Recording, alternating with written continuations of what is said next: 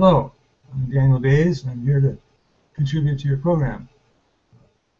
Professor Sebastian just gave us a very nice talk, very typically for him, very rational and well organized. He gave us some ideas about the contributions of theology in Asia, of India, and South Korea. I want to take a little bit different. Could we start over? Yeah. Sorry about the phone.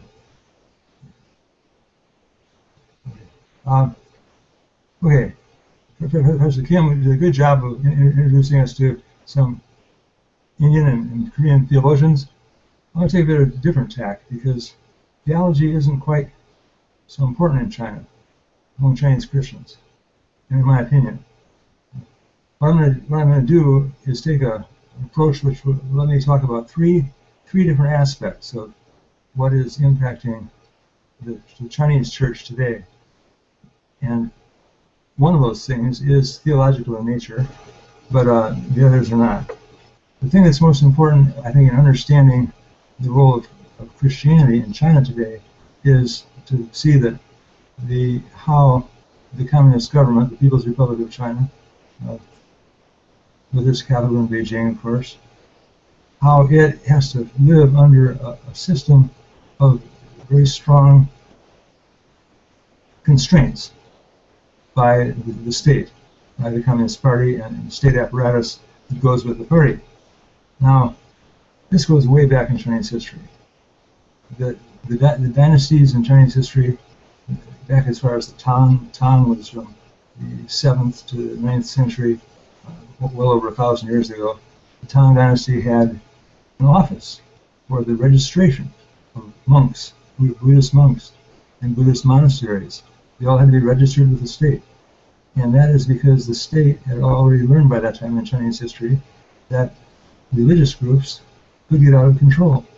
They could eventually develop first sectarian, heretical, crazy ideas, and then they could rise up in rebellion against the authorities.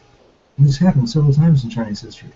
And I think Westerners, Americans and other Europeans, and other Westerners who look at China don't see this long history of state control, or at least state interference.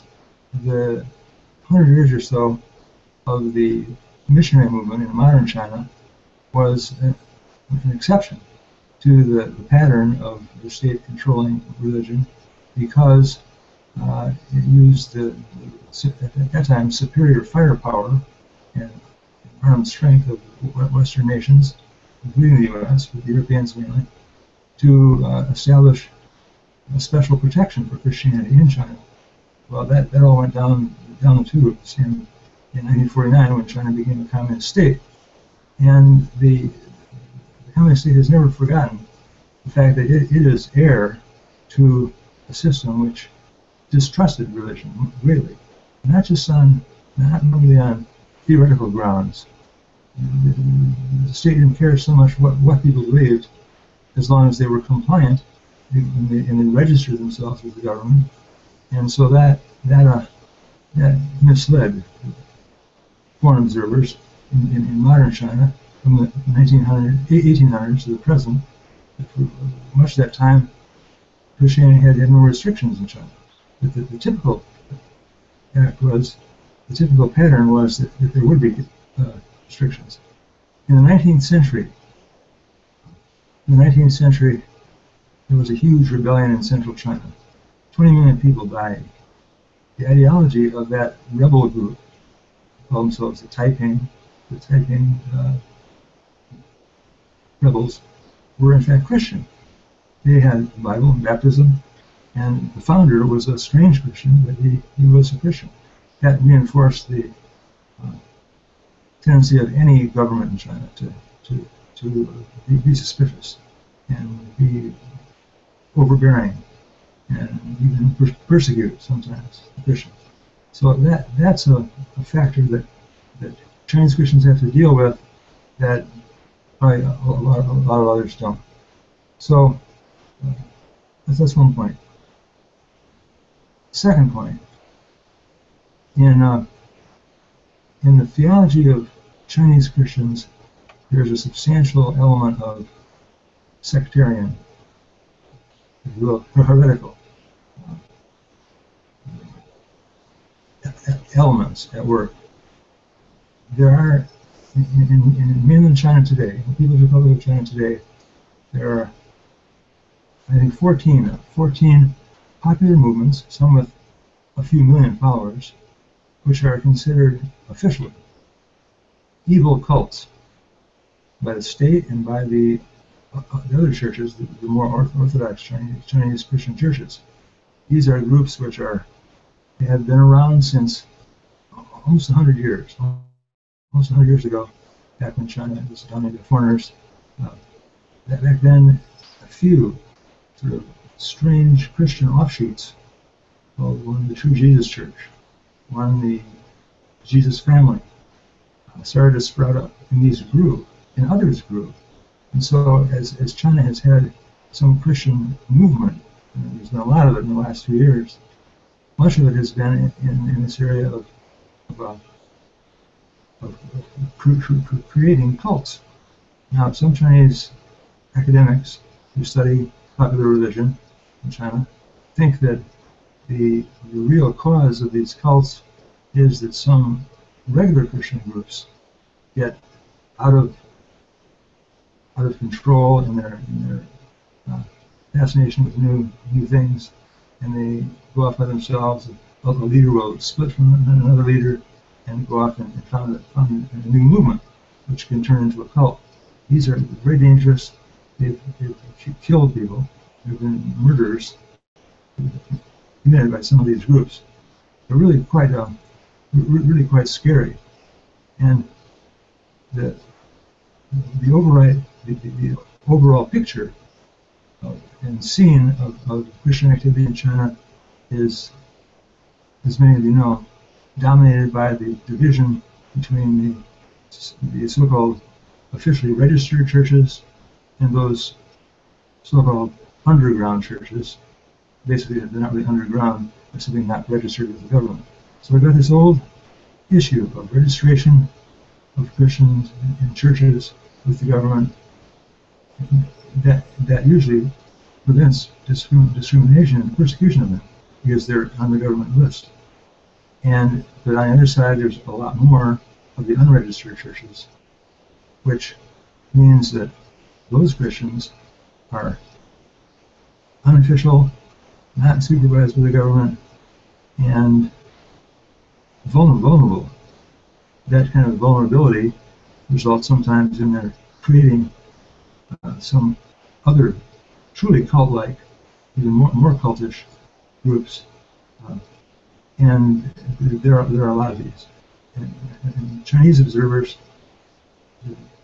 neutral, objective government observers, often say that unregistered churches, which are Christian, are the mother of the cults, which are not Christian. So this is a problem in China today. And it stems from the past. But these cults are really interesting. They're fascinating to study. They have names like Lightning from the East, the Almighty God, Three Grades of Servants, the Disciple Sect. And again, there's 14 of them that are specifically listed on a list that means these people, if their leader gets caught, probably be executed. So there is different. These are different factors than Professor Kim was talking about, which are more purely theological. The main theological attempt that has been made to make a new contribution to Chinese theology was done by the late Bishop K.H. Ding, who was the longtime leader of the Chinese so-called official church. It's called the Three Self Movement, Three Self Patriotic Movement, TSPM.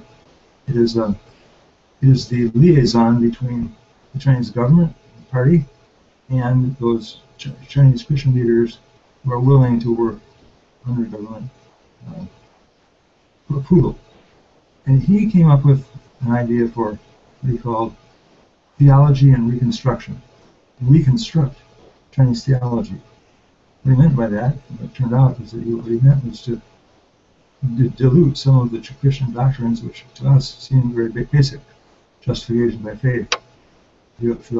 Justification by faith was the main doctrine that people claimed he was undermining by talking about reconstructing Chinese theology so that it doesn't clash so much with Chinese traditional popular morality. So he wasn't really successful in that, but because he was head of the church, he was able to get people to pretend to like it. They didn't like it. It reinforced the already present tendency of the Chinese churches to be, well, fundamentalists, really, in their beliefs. So Chinese traditional, popular, fundamentalist theology has not changed too much, because any change would make them afraid of coming into the area of influence of Bishop Bing and those were reconstructing, so-called reconstructing Chinese theology. Well, that's a rather modest attempt to make a contribution to Chinese theology. But the final thing I want to say is that in the last very few years, the last 5 or 6 years, there's been a real movement of Chinese Christian thinkers, especially in the cities, towards